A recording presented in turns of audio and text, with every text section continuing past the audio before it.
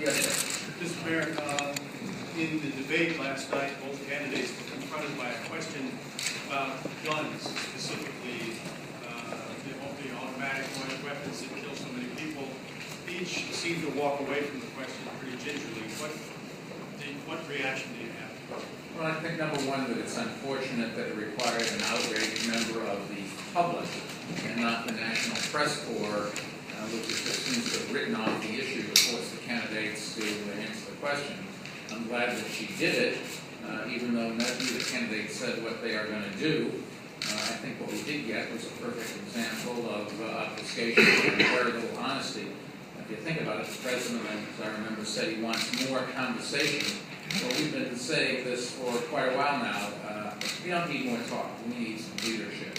Governor Romney said he brought both sides of the debate together. Why isn't he trying to do that right now? Polls show more than 80% of Americans and more than 80% of gun owners support some common sense reforms that our bipartisan coalition against illegal guns have supported. And then they had all this gibberish talking about education, that education is the solution to stop the killing. My recollection is that the Aurora theater shooter, he was a PhD candidate, okay? And Virginia Tech, the massacre was committed by a student at a first-class university. I don't think that guns are a plague, and I don't think education is going to keep guns out of the hands of gang members. The solution is to prevent all people who shouldn't have guns from getting them. Anybody that thinks that you can get those kids who are on the street in gangs with guns back into school and reform them, it's just so far away from the real world. I don't know how you even have a dialogue with them. The kids carrying guns and shooting innocent people in the streets of our cities across this country and in rural areas as well, aren't kids that we're going to stop their mayhem by suggesting that there's an after-school basketball program, or we should take them to the local museum of art. Let's get serious. These are people who have guns, and the only reason to carry a gun is because you're going to use it to kill somebody. People that buy assault weapons. Governor Romney signed an assault weapon ban. Today, he's changed his mind. The president campaigned 4 years ago on a bill that he was going to introduce a bill to ban assault weapons. The bill never saw the light of day. Romney said, automatic weapons are already banned. Yes, it's true, machine guns are banned, but a semi-automatic weapon, which is what an AK-47 is, that's not banned. And you can pull a trigger awful fast. The difference really escapes me.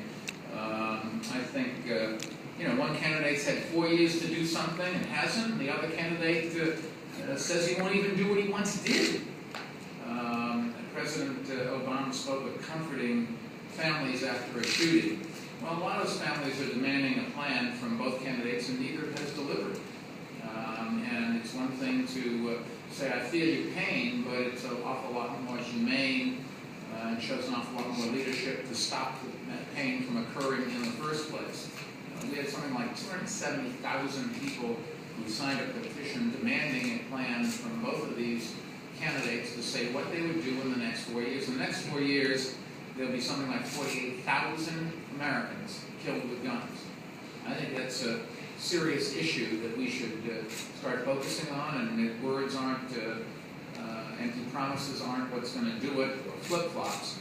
We need leadership, and I don't think you got a decent answer from either candidate. I thought I always heard the words, yes. Just follow on that. Do you think that their reaction to the question has to do with a fear of reaction from guns? You have to ask them. I don't know what goes through people's minds. All I know is what they do.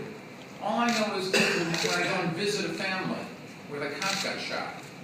All I know is what I read in the paper, the tragedy and the pain across this country. I don't know what anybody's motive is. Ask them. Or their campaign. That's your job, is to demand answers. I can't do any more than have this big coalition and try to campaign as much as we can to fix this problem. But in the end, it's leadership that of any government that really is the one that matters in terms of what they address and how effectively they can get things done. Some of these things you can do, the President talked about, we need to have databases so that the people can, if they do background checks, can get the information and say, no, you're not allowed to have a gun. And when a reputable gun dealer, which 99% of them are, when they do their checks, well, the President could order all agencies right now to start populating that database. If you remember, one of the terrorists, the Army didn't tell cops, another one of the cops didn't tell the Army.